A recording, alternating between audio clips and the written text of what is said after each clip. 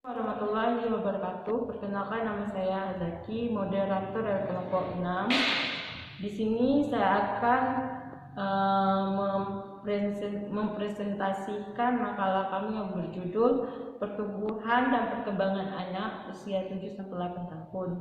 Di sini dalam pembahasan latar belakangnya yaitu tentang anak usia dini mengacu pada anak muda antara usia 7-8 tahun yang sedang dalam proses perkembangan sebagai individu.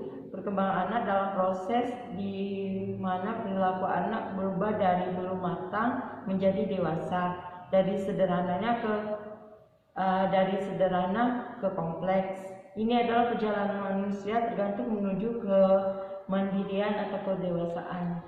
Dalam pembahasan pertama yaitu pertumbuhan dan perkembangan anak usia 7-8 tahun, yaitu ungkapan pertumbuhan dan perkembangan kadang digunakan secara pergantian karena keduanya merujuk pada proses transformasi yang mengarah pada kemajuan. Pada kenyataannya pertumbuhan dan perkembangan memiliki arti yang berbeda. Perkembangan berbeda dengan pertumbuhan. Ada perubahan kualitatif dari proses fisik ke mental sebagai akibat interaksi dengan rangsangan lingkungan.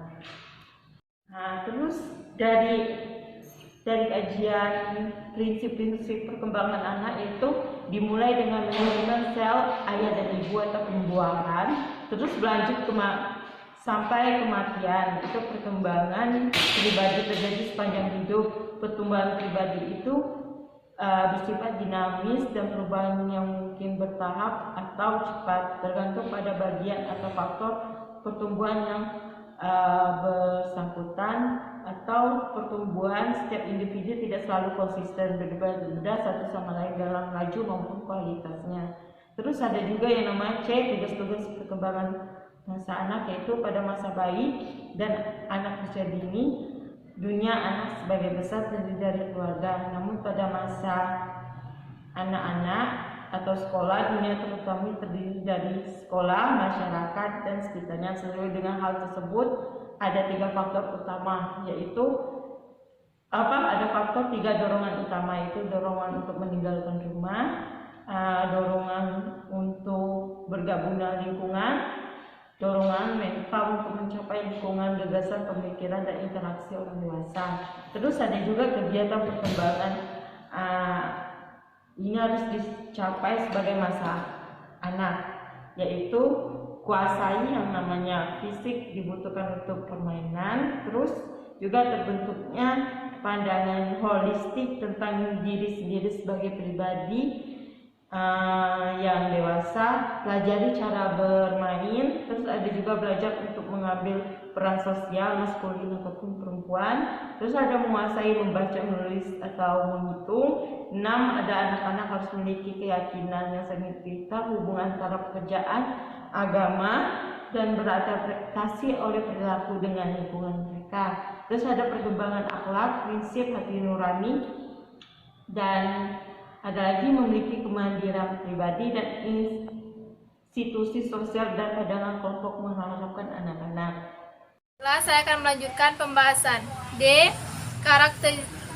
Karakteristik aspek perkembangan anak. Perkembangan motorik, perkembangan intelektual, perkembangan bahasa, perkembangan sosial.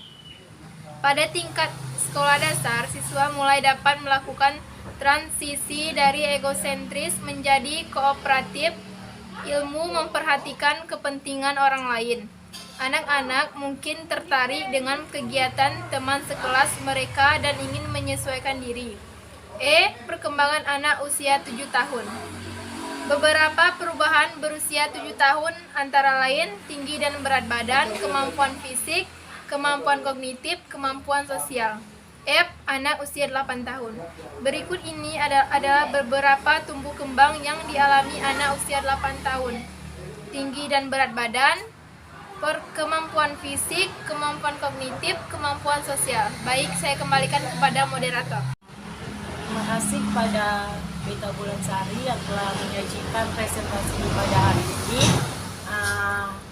Saya tutup presentasi pada hari ini. Apabila ada kekurangan saya mohon maaf, pada Allah saya mohon ampun. Wabillahi taufiq wal hidayah. Assalamualaikum warahmatullahi wabarakatuh.